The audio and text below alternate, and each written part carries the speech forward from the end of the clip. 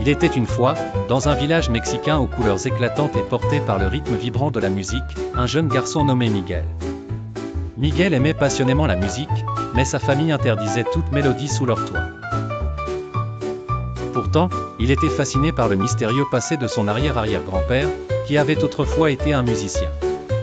Le village entier se préparait pour le Dia de los Muertos, une fête pleine de vie où chaque famille dressait des offrandas, des autels colorés, pour honorer leurs ancêtres. Des bougies, des fleurs oranges appelées cempasúchil, et de vieilles photos décoraient ces autels, un spectacle magnifique. Miguel, animé par sa passion, décida de voler la guitare d'un célèbre musicien défunt, Ernesto de la Cruz, afin de participer à un concours de musique. À l'instant où il fit résonner les cordes, le monde autour de lui se transforma et il se retrouva soudainement au cœur du monde des morts. Dans cet univers, il rencontra ses ancêtres, joyeux squelettes qui l'accueillirent à bras ouverts. C'était un monde magique, où chaque coin était une explosion de couleurs et de vie effervescente. Cependant, Miguel découvrit rapidement qu'il ne pouvait revenir chez lui qu'avec la bénédiction de sa famille.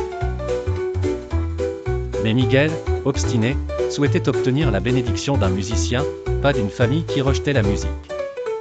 Ainsi, il se lança à la recherche d'Ernesto de la Cruz, convaincu qu'il s'agissait de son ancêtre. Sur son chemin, il fit la rencontre d'Hector, un squelette marginalisé mais joyeux, qui aspirait à se faire rappeler par les vivants. Ensemble, ils s'engagèrent dans un concours musical, une aventure qui les rapprocha. Miguel vit alors que dans le monde des morts, ceux qui étaient oubliés disparaissaient à jamais. Cette découverte bouleversa Miguel lorsqu'il réalisa qu'Hector, et non Ernesto, était son véritable ancêtre.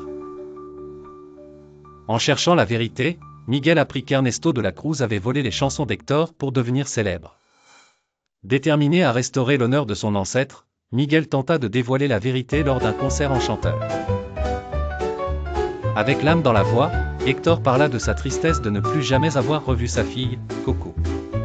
Touché par cette histoire, Miguel retourna dans le monde des vivants avec la bénédiction d'Hector.